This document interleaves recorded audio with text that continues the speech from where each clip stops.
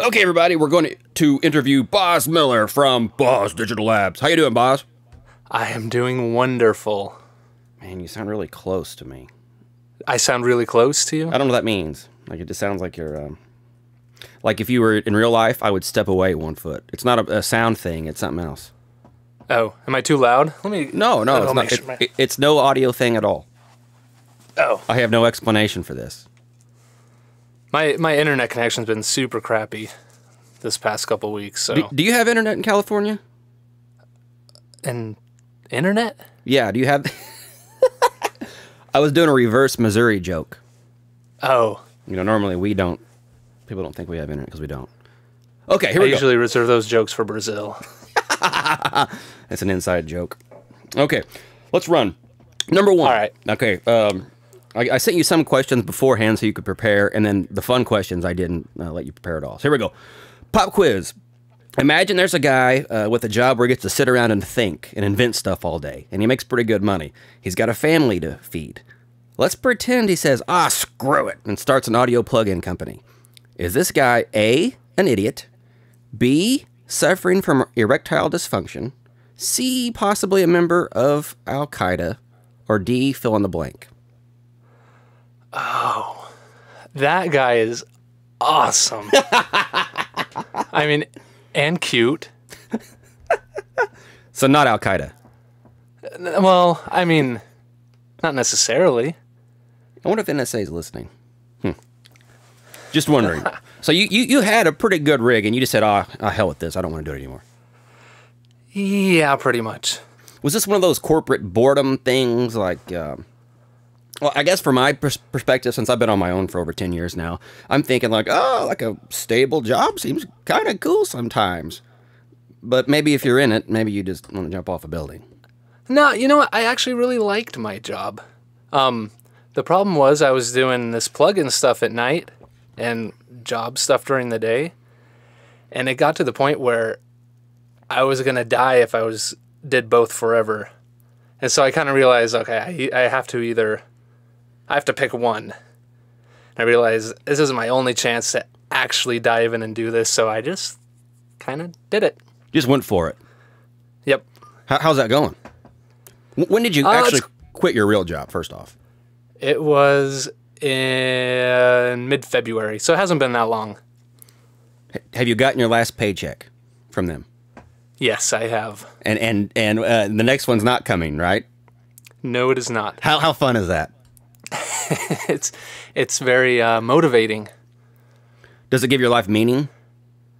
It gives me time to sleep. Really? And oh yeah. Oh, because you're not doing two now. You're just focusing on... Because I'm not doing two. Yeah. Oh, it was killing me. When does this one become 1.5 though? Well, sorry, say that again. It was cutting out. When does this doing the plugins thing become 1.5 jobs? I don't know. I'm still really getting the feel for how everything goes. Some stuff I've been ignoring that I should really be doing, and other stuff I've been spending a lot of time on. It'll take a while to kind of settle down and figure out exactly how I'm doing this and do it correctly. So you're still in like the honeymoon phase? Yeah. So you don't have the Vietnam 100-yard stare yet? I haven't done taxes yet. Oh, that's when you get it. I'm finally getting the papers in to actually have a real company. Don't worry about all those. Yeah. Don't even think about that stuff. Then you'll definitely get your Vietnam 100-yard stare. All right, let's move on. Another question.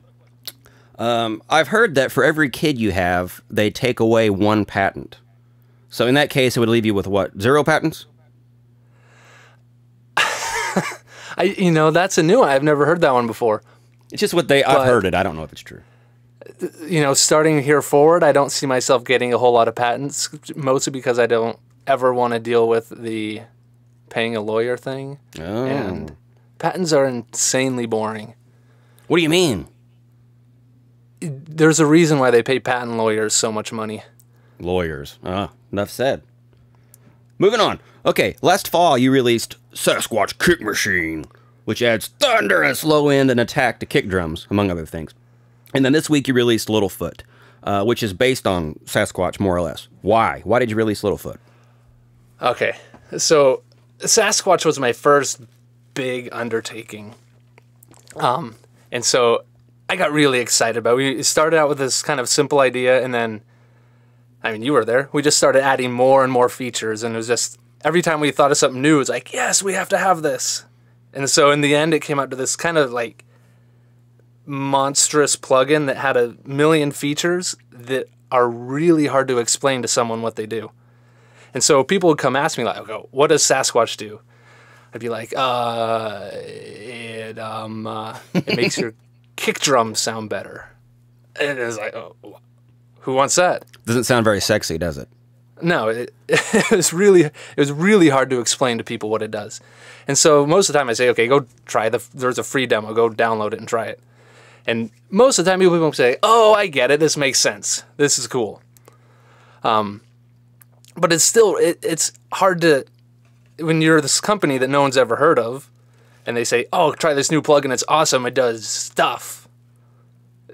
There's not a whole lot of confidence in that. It doesn't sound exciting. No, and it's hard to, when it's really hard to explain, it's hard to get people excited about it. So I made Littlefoot as a sort of like, okay, listen, here's a very simple version, and what it does is it gives low into your kick drum that you couldn't do with EQ or compression or anything else like that. It's simple to explain. You pull it up, you can immediately see what it does. And there are a lot fewer options, so it's easier to get the idea of what it's doing, what it's not. Is it as good? So that was the idea. Is it as good as Sasquatch? No, it doesn't. It doesn't have as many options. It's not like a Sasquatch. You can use it to make all sorts of crazy sounds. Littlefoot is kind of basically it adds oomph and adds low end, and that's about it. All right, I can live with that. All right, you've got a contest, or we've got a contest going right now.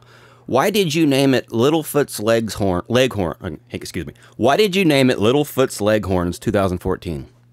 Why did I name it that? Yeah, why did you name it that? Because I was told that that's what the contest was after it was started. I see. So maybe you didn't name it. All right. Maybe not. The grand prize in Littlefoot's Leghorns 2014 is every Boz Digital Labs plugin forever. But you don't have that many plugins.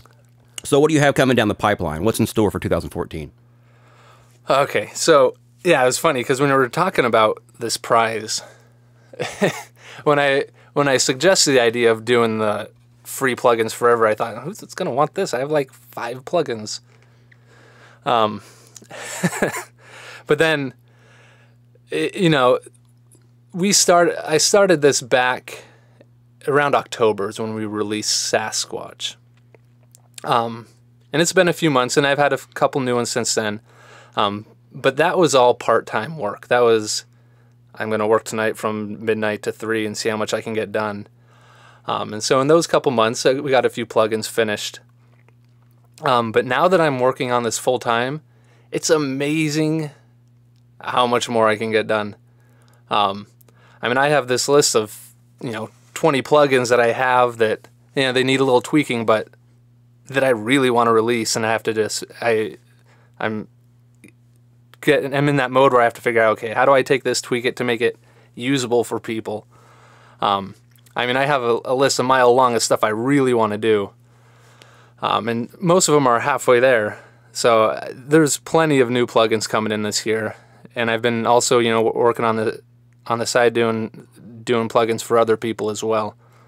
But yeah, there are plenty of new plugins coming in, and hopefully that will be the case for the next who knows how many years. Okay, I like cranking out new stuff. That takes me to the next question: is does the home recording world need more plugins? Does it need more plugins? Yes, need.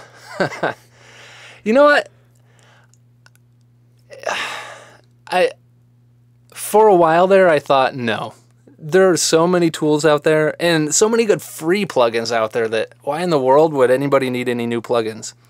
But one thing I'm coming to realize is that a lot of what makes the good plugins good isn't so much that they offer sounds that have never been offered before, but they offer it in a way that you don't have to use your brain to use them. And that took me a while to kind of accept that fact. Because I used to really like at least thinking that I was using my brain when I was mixing. But the more I do it, the more I realize, okay, my songs come out better when I'm not thinking about them. And so it's kind of this change in, okay, so if you can make plugins easy to use that give you a sound that you want to hear without having to mess with it too much, and there's a lot of room for that sort of thing to catch on. There's a lot of growth in that area. All right, good. Next Give question. me 2 seconds. I need to go check something out. All right, go ahead. I feel like I'm clipping in here. I heard one that seemed like a clip, like an internet clip.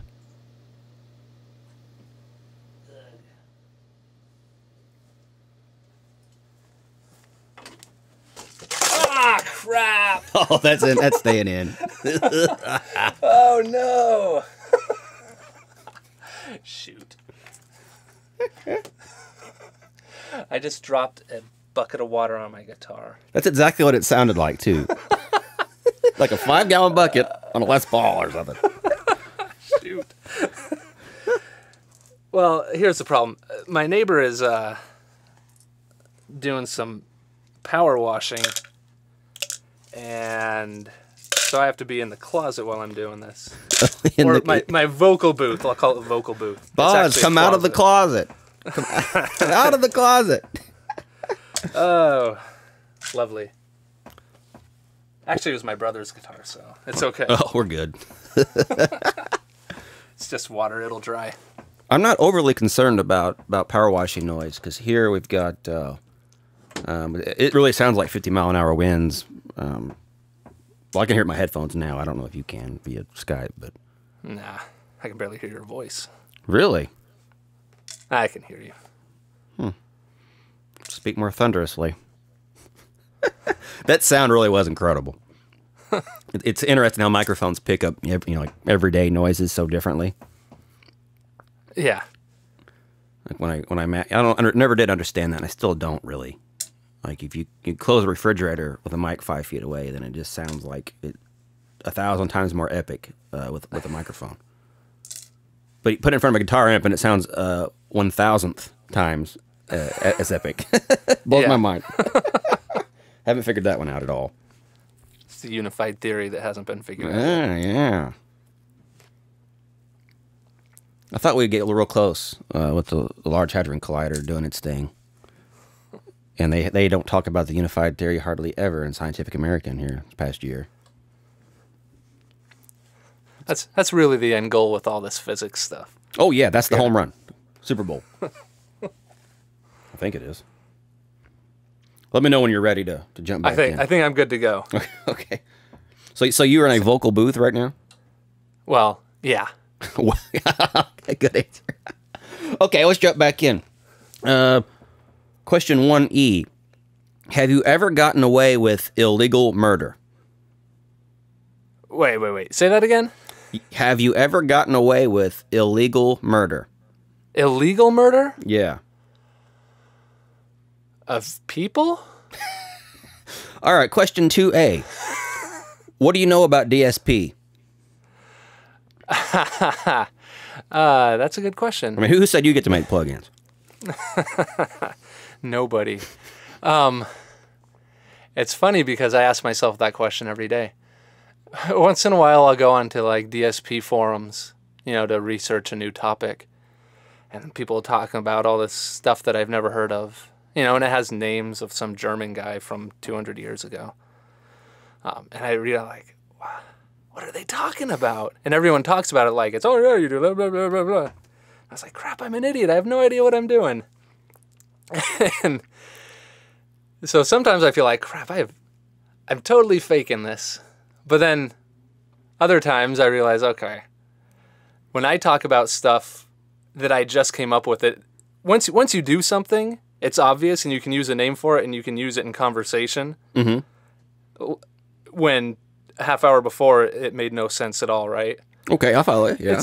It's kind of like when you try to explain a compressor to someone who's never used a compressor. It's not like a compressor is this complicated thing to use, but if you start saying, oh, if you put the ratio at blah, blah, blah, blah, blah, and the attack at there, and you can get this gain reduction of this sort of shape, you know, people aren't going to know what you're talking about. You sound like you're talking about speaking some other language. Laser. So when you're reading new, you know, algorithms for the first time, it's like, holy crap, what are they talking about? This stuff's insane. And then once you sit down and do it, you're like, oh, okay. Now that I've done it, it makes sense. It's not actually that hard. And now I can use it in a conversation and sound smart like these guys. So you have no idea what you're doing. Is that what you just said? I have no idea what I'm doing. Number 3, I was told that I like quote-unquote smooth EQs last week on the blog when I was talking about RTAs and equalizers. Do you have any idea what a smooth EQ is? A smooth EQ? Yeah. You know, when people say that, the only thing I can think is that it has a lower Q setting. So a broader booster cut. Yeah. That's the only thing that makes sense to me. Smoother does sound better than broad. Yeah. It sounds nicer. Yeah, like the word, the linguistic. Okay, and speaking of that, some people mention an EQ being quote-unquote great sounding. Do you know what that means? Well, I mean, 90% of the time, equalizers that we use are just standard biquad equalizers. And that's like a textbook equation that hasn't been changed in a jillion years. And it's... So when people say it sounds great, and then you look at it and they're using the same equalizer algorithm that everybody else is using, it kind of makes you say, like, what?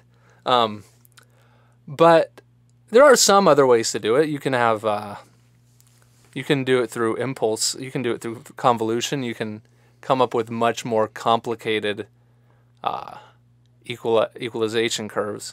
I mean, that's what a cab simulator is. Most of the time is just an impulse response, and you look at the EQ curve of that, and you can never whip up that with a biquad EQ.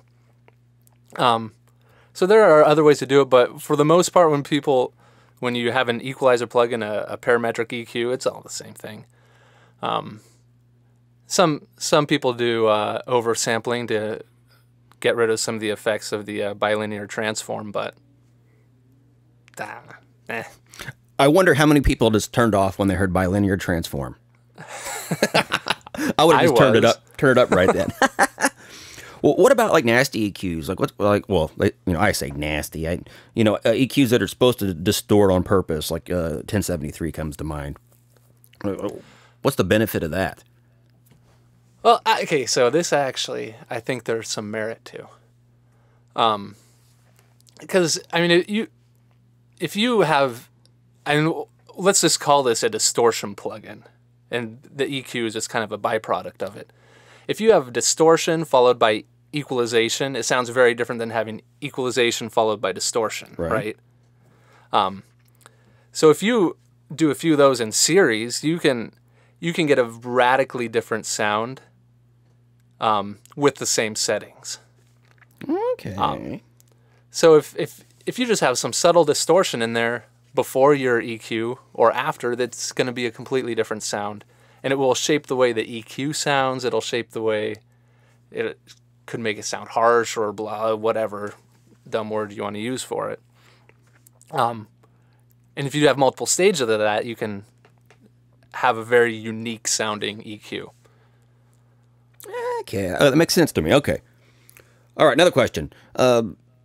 My Axe effects, it seems to sound better than the plugins I use for guitar emulators. And the same thing with my hardware virus synth compared to a lot of in-the-box synths. Why is that? Why would a digital hardware box sound better than a plugin?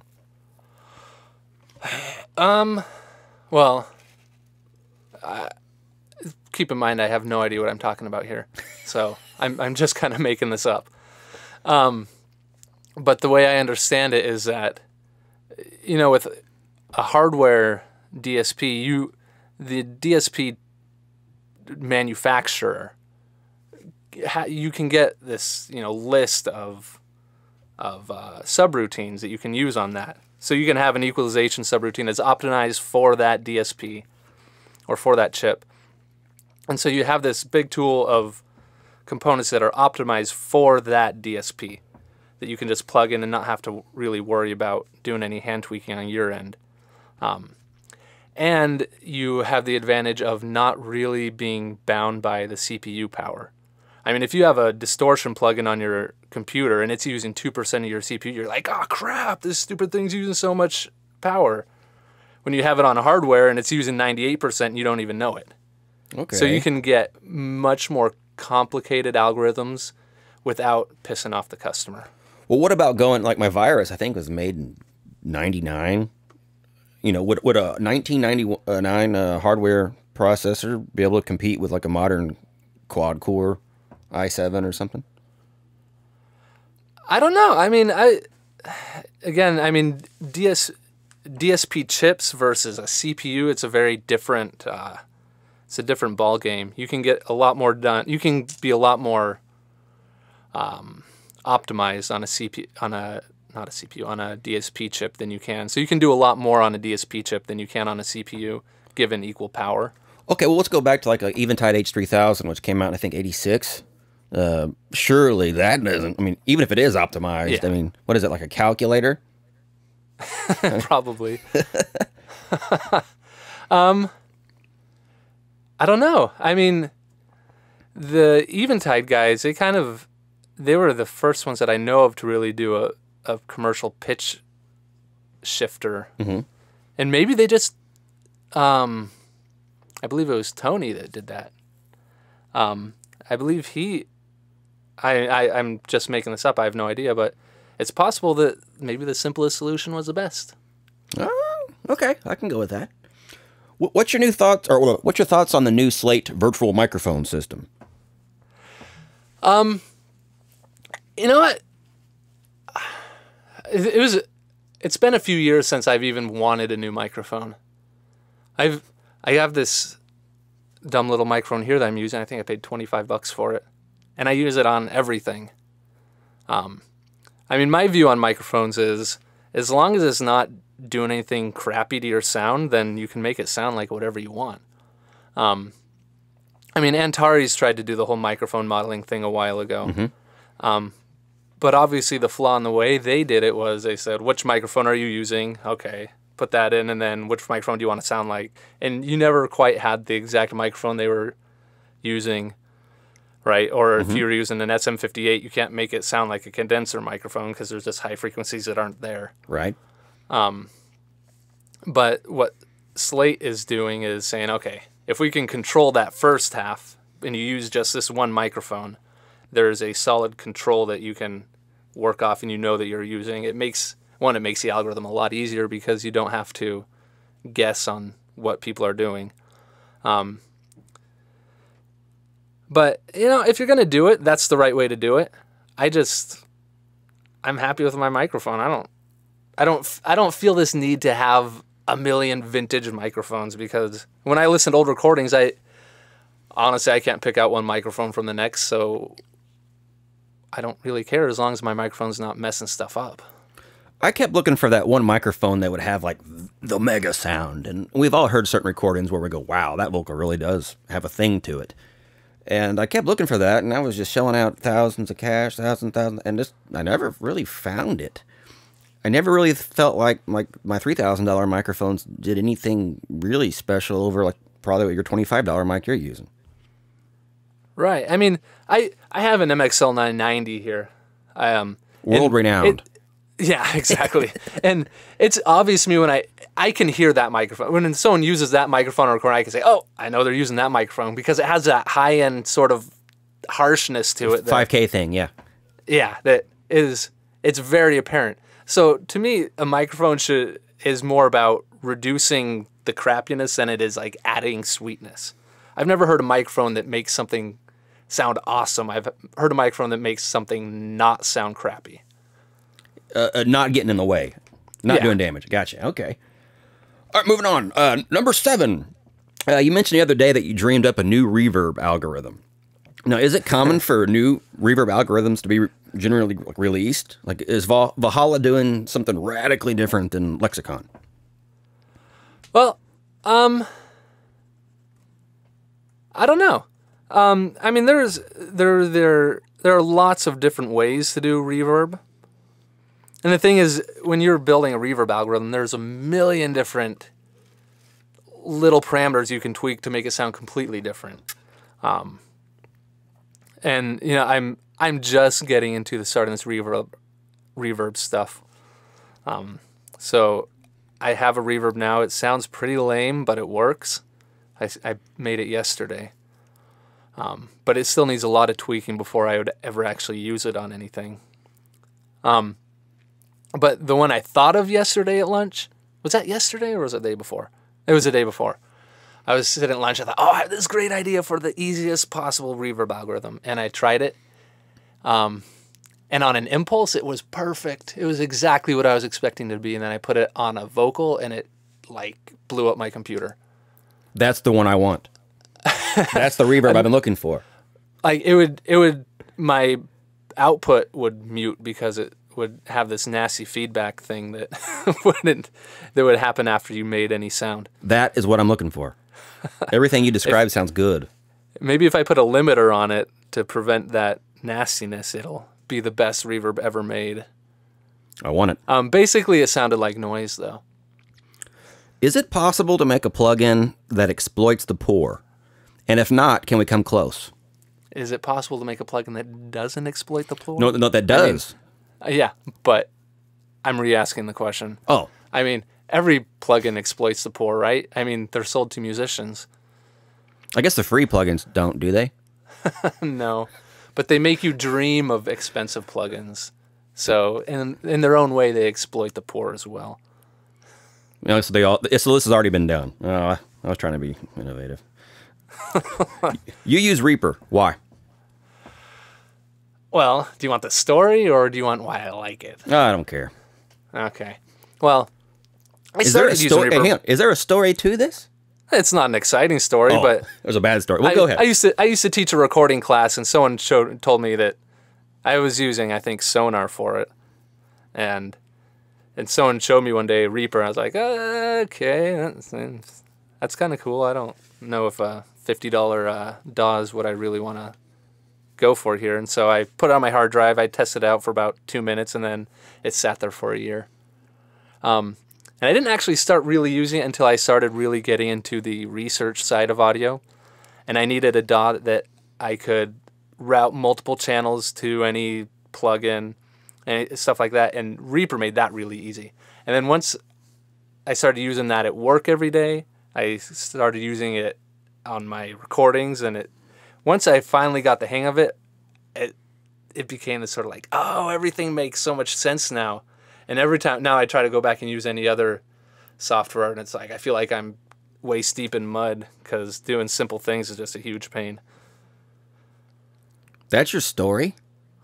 Sorry? You're right. That story sucks. I'm just kidding. I wonder if there's I like Reaper because it's so flexible and whatever. There wasn't one Navy SEAL jumping out of a helicopter in that story. Well, that's because I shot him before he hit the ground. That's the prequel. Are there any stock plugins in Reaper that you don't like? Yes, the Reverb plugin sucks. Their algorithmic Reverb plugin, I hate that thing. Their EQ I use that's my go-to EQ, not because I think it's better, but because it is an EQ. It's and I there. can click the button and drag it where I want it to go. Any others you don't like? Their pitch correction I use. I don't love it, but it works well enough most of the time. And I use their impulse response. Their impulse loader a lot. Other than that, most of their plugins I don't use. Oh, their delay. It's kind of bare bone, but it works in a pinch. There are other delays I like a lot more, though. What delays do you really like? Actually, I really like Nasty DLA. That's a free one, right? Yeah, it is. it would be nice if it didn't take up so much CPU power, and if they had a 64-bit version of it, that would be awesome too. But I mean, it has. I put on stuff and it just sounds the way I expect it to sound. So perfect. That's what I always want, is it to sound the way I want it to sound. What other plugins do you really like? Like, what plugins do you say, man, I want to make plugins as cool as this? Oh, jeez.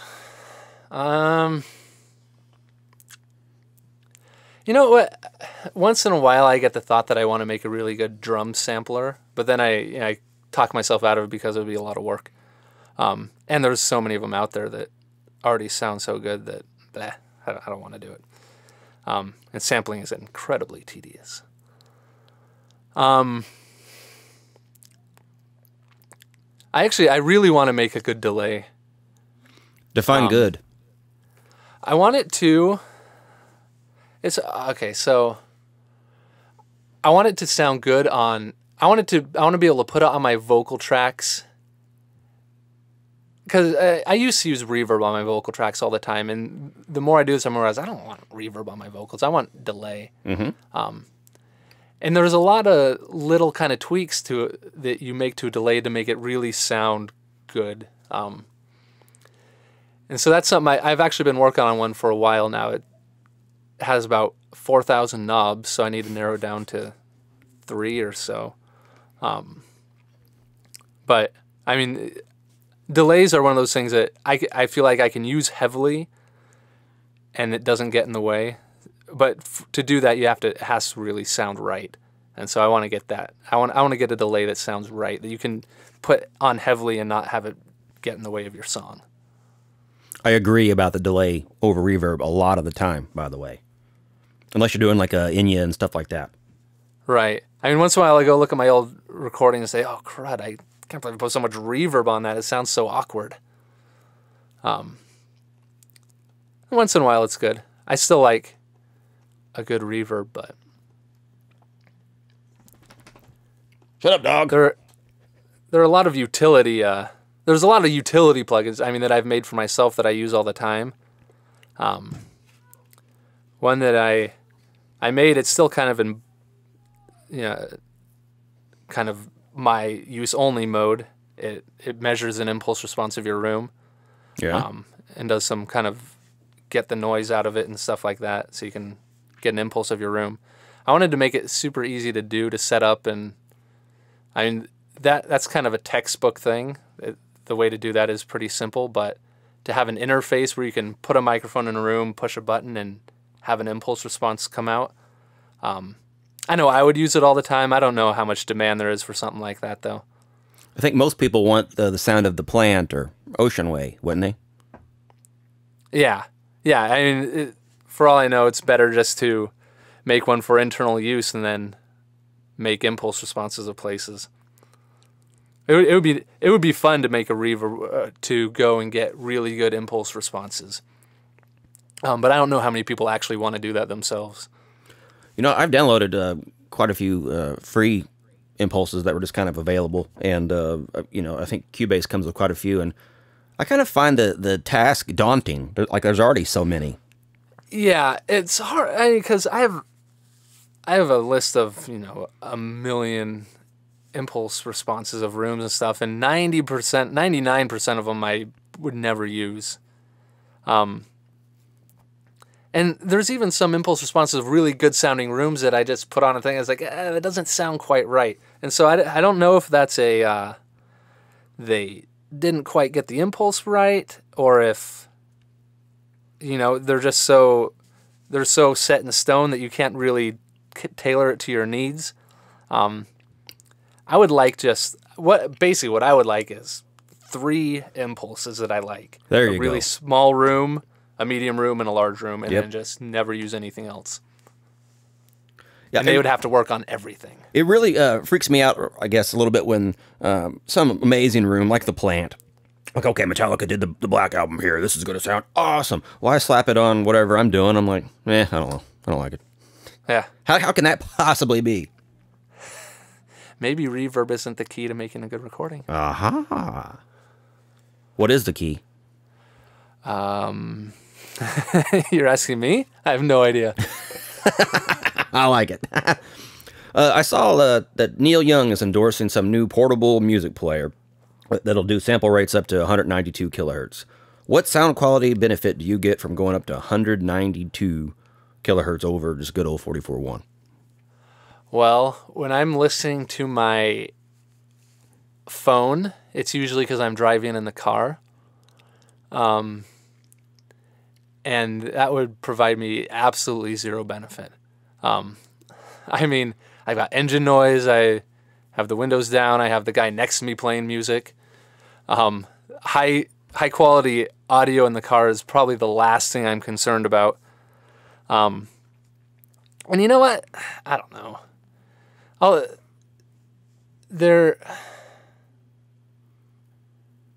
If I could see a study where people could point out high quality audio in a blind test, then maybe I'd pay attention to it. But as long as people can't tell, then I don't really care about it.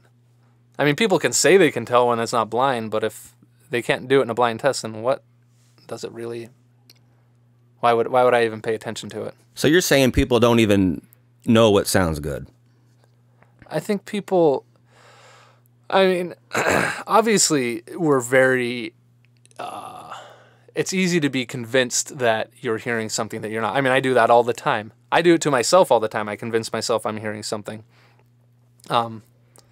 And so when you put your money towards that, it's even easier to hear yourself. It's even easier to convince yourself that you're hearing something that you may not be hearing.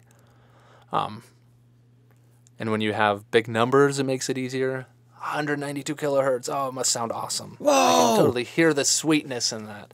It sounds so much less steppy. Steppy. I've never heard steppy before.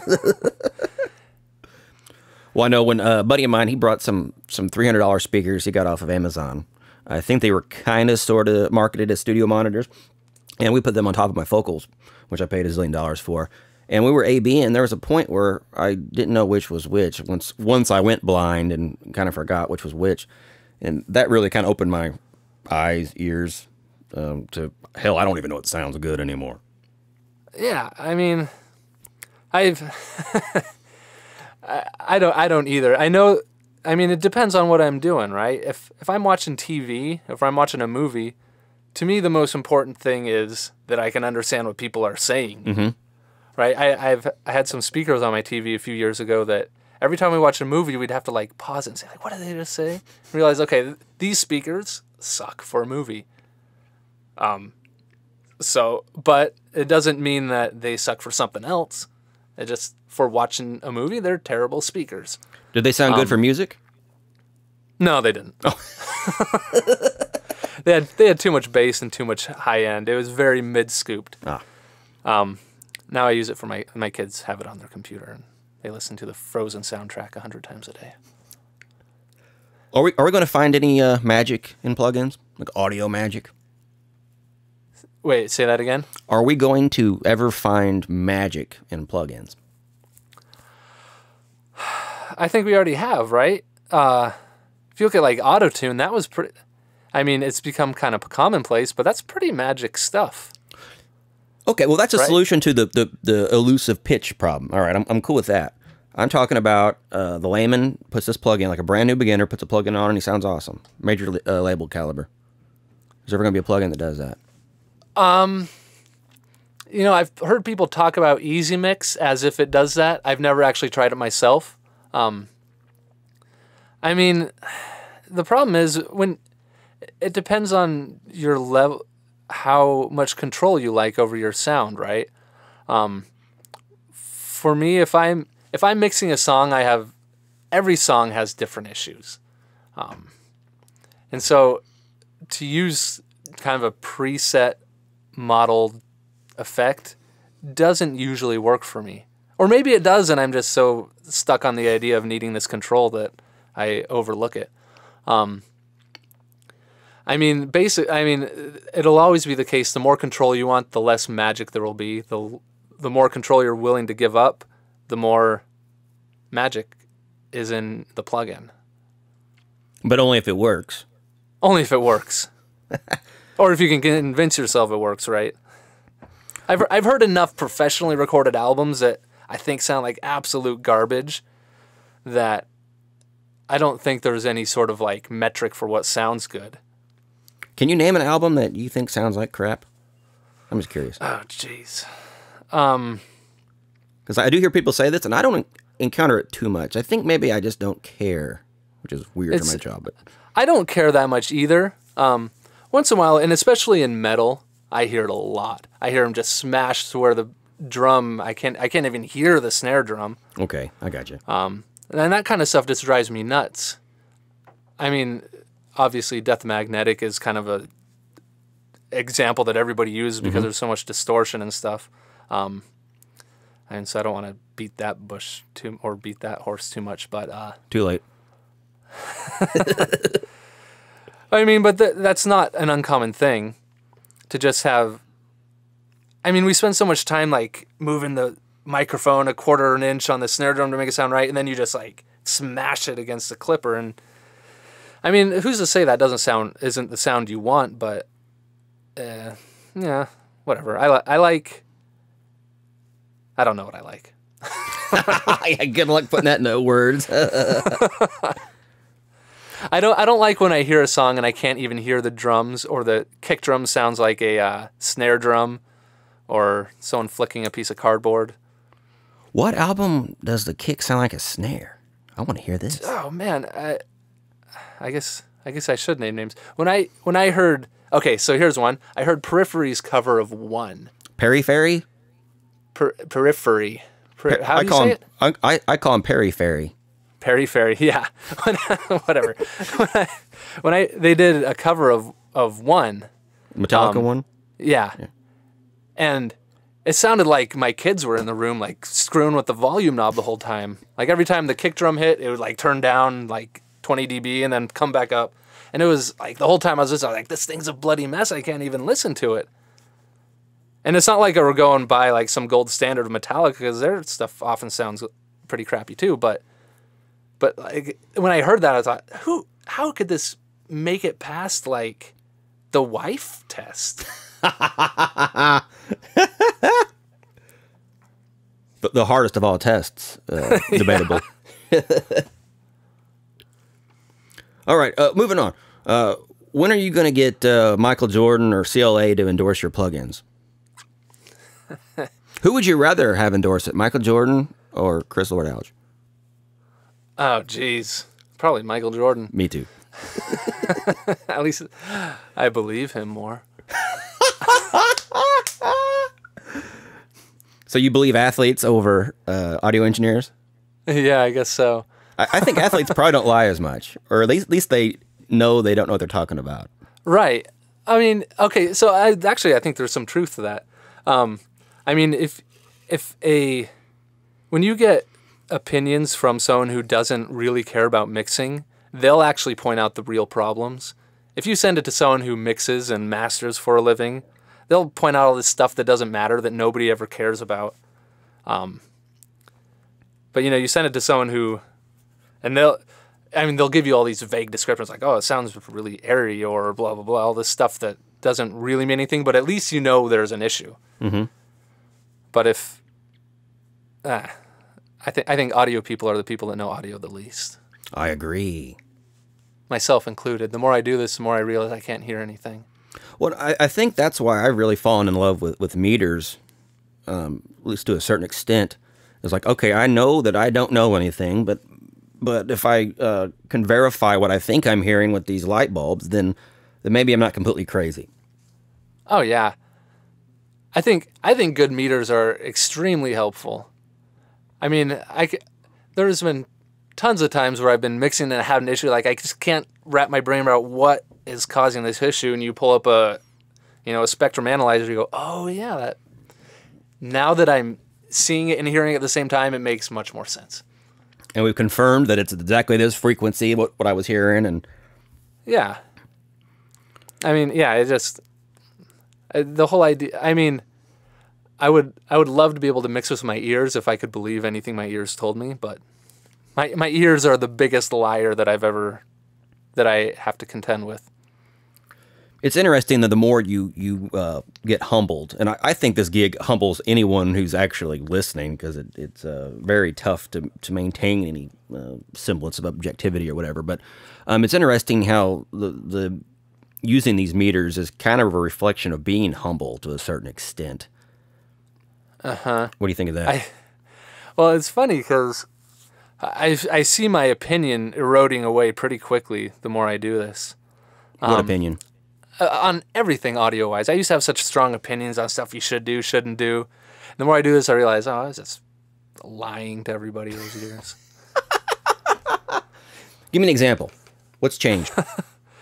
Oh, geez.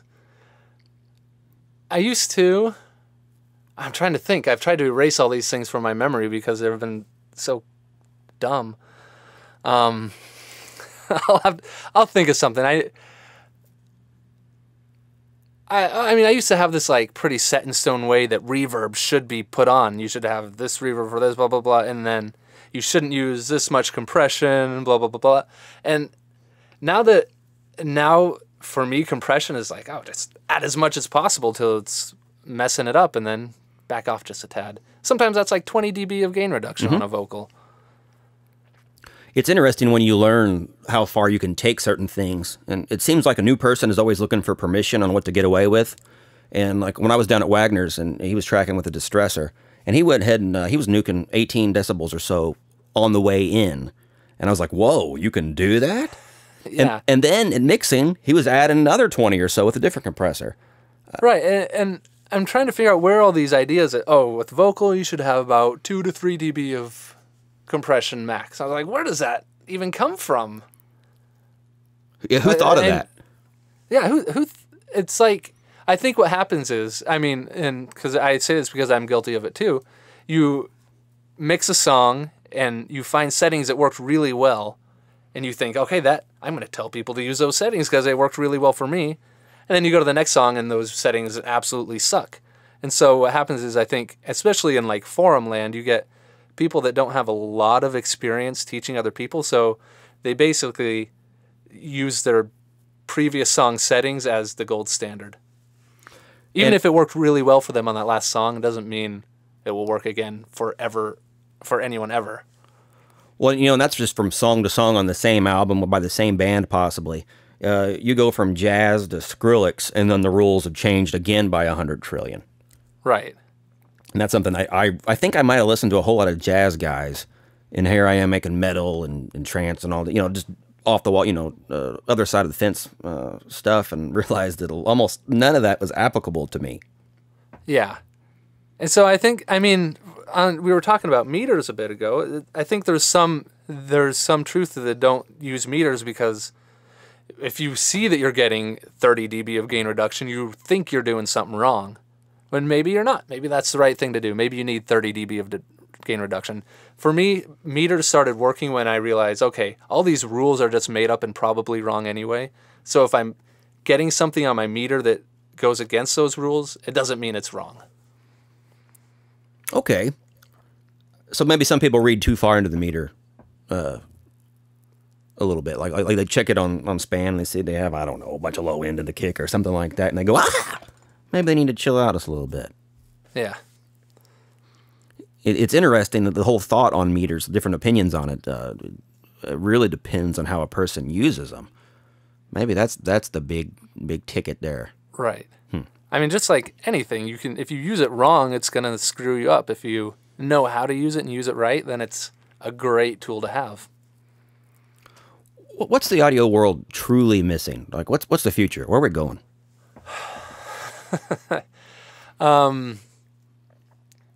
Audio world in general, or the music world, or recording world, home recording world.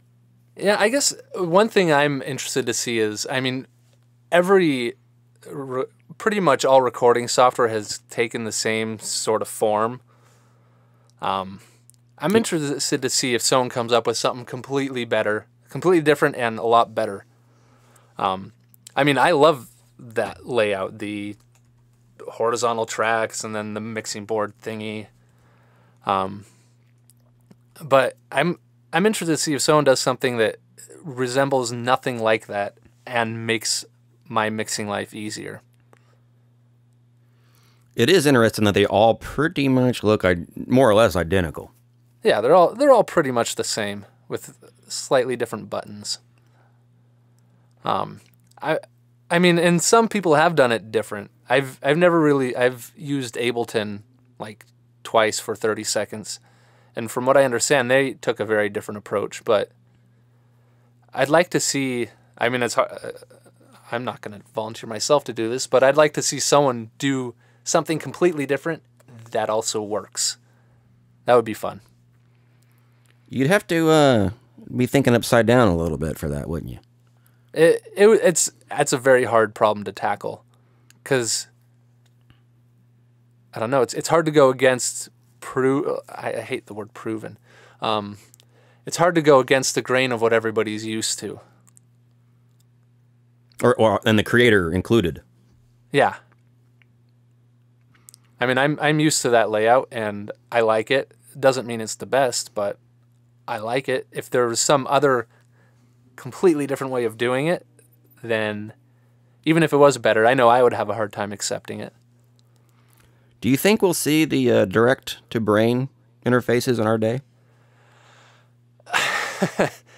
That would be cool, except for the fact that I rely pretty heavily on my physical side filtering my brain. If whatever is in my brain actually came out, it would be a mess. You don't mean like 9/11 mess, do you? Well, okay, so we were talking about, because I read some article about a car that you can steer with your mind, right? Okay. You know, and the thought was, okay, so if I could steer with my mind, I'd be ramming every idiot off the road. So you're thinking mixing without a conscience? Well, yeah, there's some sort of natural filter between your brain and what you actually do that I think prevents a lot of really stupid things from happening. So you think you have a brain, and then you think you have a conscious box. Is that what you're saying? I have a brain that comes up with the craziest stuff. Right. And I have, call it motivation or physical ability or the ability to take the craziness and actually make it something useful. It's, I mean, sometimes it gets in the way, but most of the time I think it prevents me from killing myself. Okay. I mean, how many times have you thought, like, if I could get tight enough, could I dive through this window head first and land on my feet? My Bugs Bunny diving into the cup. Yeah. That is a totally different perspective than I've ever heard on that question. I was just thinking of replacing the mouse. Oh, that's hilarious. So what do you do all day as a plug-in guy? You're a full-time plug-in guy. So what's your day like? Depends on the day. Some days, I break it up into, I guess, 3 different modes. I'm in correspondence mode, where basically I'm answering emails and trying to get with people to work on stuff and figure stuff out. Other days I'm in research mode, where I'm just trying new algorithms, seeing what works, just making prototypes. Those are the fun days. And other days I'm in development mode, where I know what I'm supposed to make. I've got to build this thing and turn it into a plugin and make sure it doesn't have bugs. And then the worst of all is compiling for Mac. Those days, I hate those days. Are you a Steve Jobs fan? Well, I can't tell what it is. It's every time I do it, there's some new random error, and it drives me insane. Although I put a pull-up bar in my room so that whenever I compile something, I do a couple pull-ups or push-ups or something. So on my Mac days, I get really strong. One of the side benefits I never heard before of the Mac. Do you have anything you want to say? To the world? To the world. Hello, world. I don't know. I mean, I spent a lot of time these last, at least especially the last 6 months, kind of being less in the loop on recording. I used to spend a lot of time talking to people about recording stuff, writing music. I feel like ever since I started really diving in and doing development, the music has sort of been put on a back burner. Which, I mean, I'm hoping that sort of fades away once everything settles. But yeah, so I feel like I've kind of lost that contact of really getting good feedback from other people and been kind of stuck in my own mind trying to come out with new ideas. And that's, as much as it's fun, it's always good to step back and take a look at reality and realize, what do people need? What do they want? And you can learn a lot from the people that are actually using your product. A lot more than you can learn from yourself. It's interesting how sometimes you have to switch roles. Like when you're not the recording guy today, then you don't think like a recording guy. You think like a programmer, or, for me, like a web guy. And it's so strange when you put back the recording hat back on and you're a whole new you and your perspective is so radically different. Yeah, and I think I think that's actually kind of helped me to be less analytical about recording and mixing. Spending so much time in the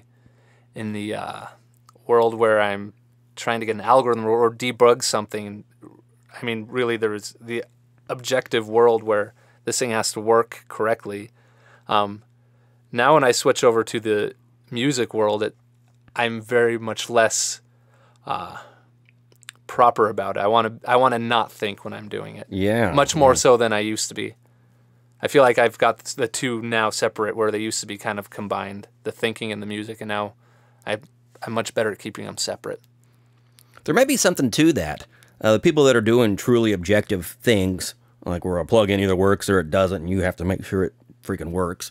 When you do that kind of stuff, it does seem like maybe if you switch sides to the subjective end, maybe you don't want to think. Because I have that same thing, and I have almost no filter when I'm in creative mode. I'm just a complete idiot. I don't care about anything, and I wonder if that's related to this. Yeah, I mean, I still have a lot of ways to go to figure out how to find that balance. But I mean, in every song you mix, you have to do some objective, damage control. But I think if you can keep that separate from the creative side, I mean, sometimes the creative side creates a lot of damage that you have to go back and control. But I don't know.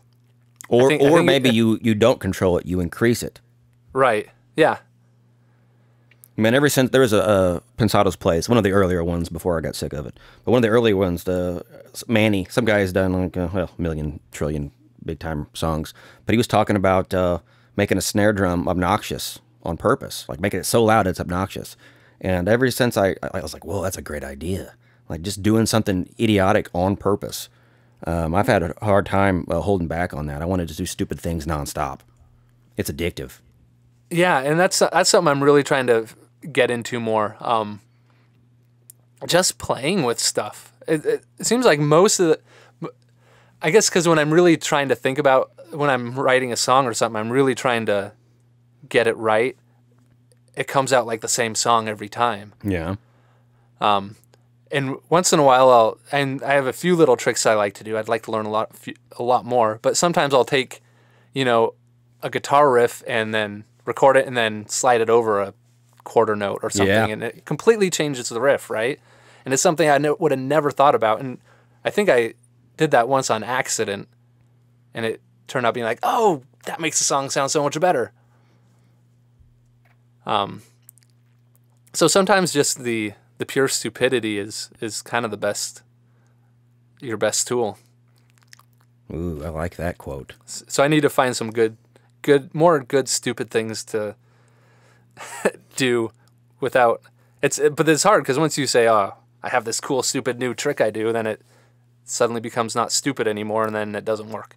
Once it gets smart, it's no good. Yeah. How do you apply that to plugins? I mean, because you have to be so objective so much of the time. Can you still be stupid? Yeah, yeah. A lot of stupid stuff it's hard because it's hard to do something on accident. I I mean, you can once in a while you do, and most of the time it is absolute garbage. But once in a while you do something by accident, you put a wrong number in there, or you put a feedback loop where you didn't mean to, and it creates this completely new kind of sound that you would have never purposefully done. And I'm trying to come up with ways, again, to allow myself to be stupid without being stupid about it. And I think one of the ways I have to do that is to kind of create little modules I can stick and put in feedback loops and stuff that I can experiment with more inside of Reaper, that I can then use that to say, oh, I would have never thought to put this effect inside after this plugin or after this effect, and then feed them back together and do all sorts of crazy stuff. Yeah, so I'm trying to figure out a good way to make these plugins that can be messed with and kind of randomly tweaked to make new sounds, and then take those new sounds and then put them in an interface that makes sense to people. I think there's a lot of opportunity in that. Is that the goal behind Boz Digital Labs? Like to create new sounds? What's your mission statement? Okay, so right now I'm still in shotgun mode, right? I'm trying a million different things, trying to figure out what really works, what works for me and what works for other people. And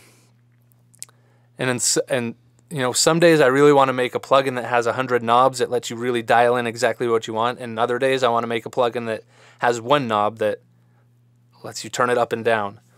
And you know, there's merits to both, and it's hard to figure out which.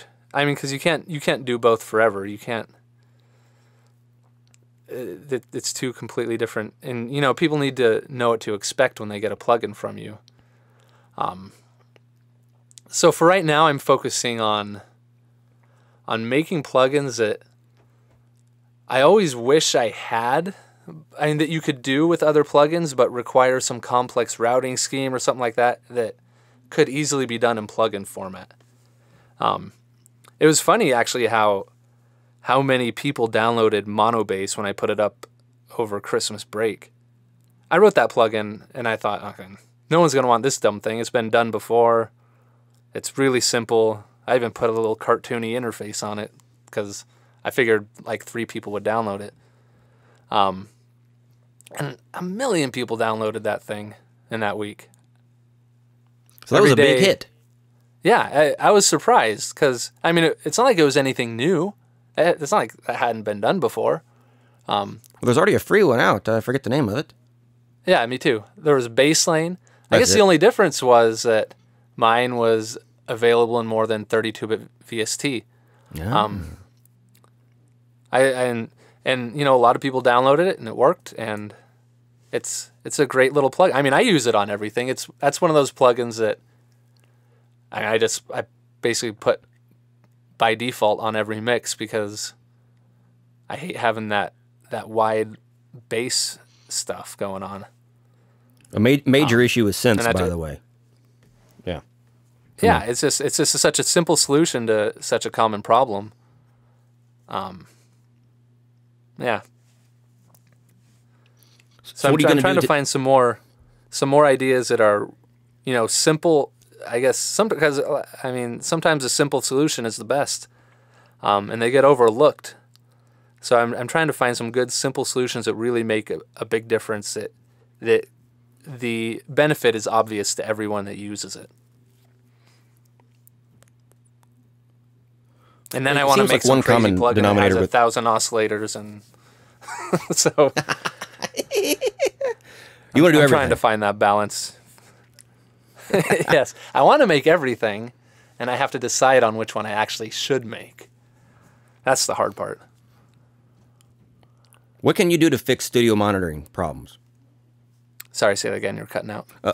What can you do to help solve monitoring problems? The monitoring problems? Yes. Oh, okay. So, I mean, my room right now is a complete mess. One night I was mixing. I think it was when I was working on Sasquatch. I had it going and had the sustain really high, And so it was just basically playing like an 80 hertz tone. And it was probably 3 o'clock in the morning. And I had the speakers on. I was listening to it. It was pretty quiet because I was just had it going in the background. And I stood up to go to the bathroom or something. And when I stood up, it was just like blaringly loud. I thought, holy crap. I didn't realize that I've been blasting this tone, this 80 hertz tone, on full blast for the last hour while everybody's upstairs trying to sleep. And it was the difference between sitting down and standing up. And so, I mean, in my room, I mean, the problem is with acoustics like that is that it's a problem that you don't know you have until you really sit down and analyze it and realize, holy crap, this room is terrible. Mm-hmm. And it's a huge problem for most people, right? It's a lot of work to get a room that doesn't sound like garbage, and you're not going to notice it by listening to music. And you will very much notice it if you listen to tones and then stand up and walk around the room and realize that in some places you can't hear it at all, in other places it's blasting your ears. Mm-hmm. So it would be nice if there was some simple, very simple to use, simple to understand plugin that you could use to analyze. I mean, there's lots of tools out there, like Room EQ Wizard, that you can set up your microphone and do all these sweeps and stuff and really and take a look at your waterfall graph and understand exactly what the problem is.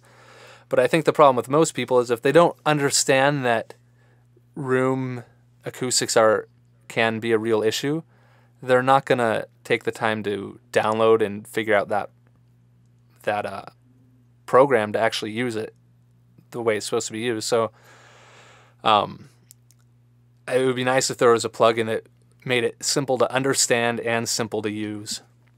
It might not be as powerful, but if it gets more people to use it, then, you know, it's done its job. It's kind of like Bark of Dog, right? I mean, the stupidest plugin ever made.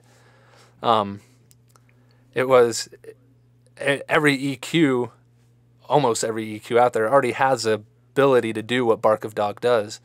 But what Bark of Dog does is bring to light the fact that this is something you should actually try, be it in this plugin or the plugin you already have.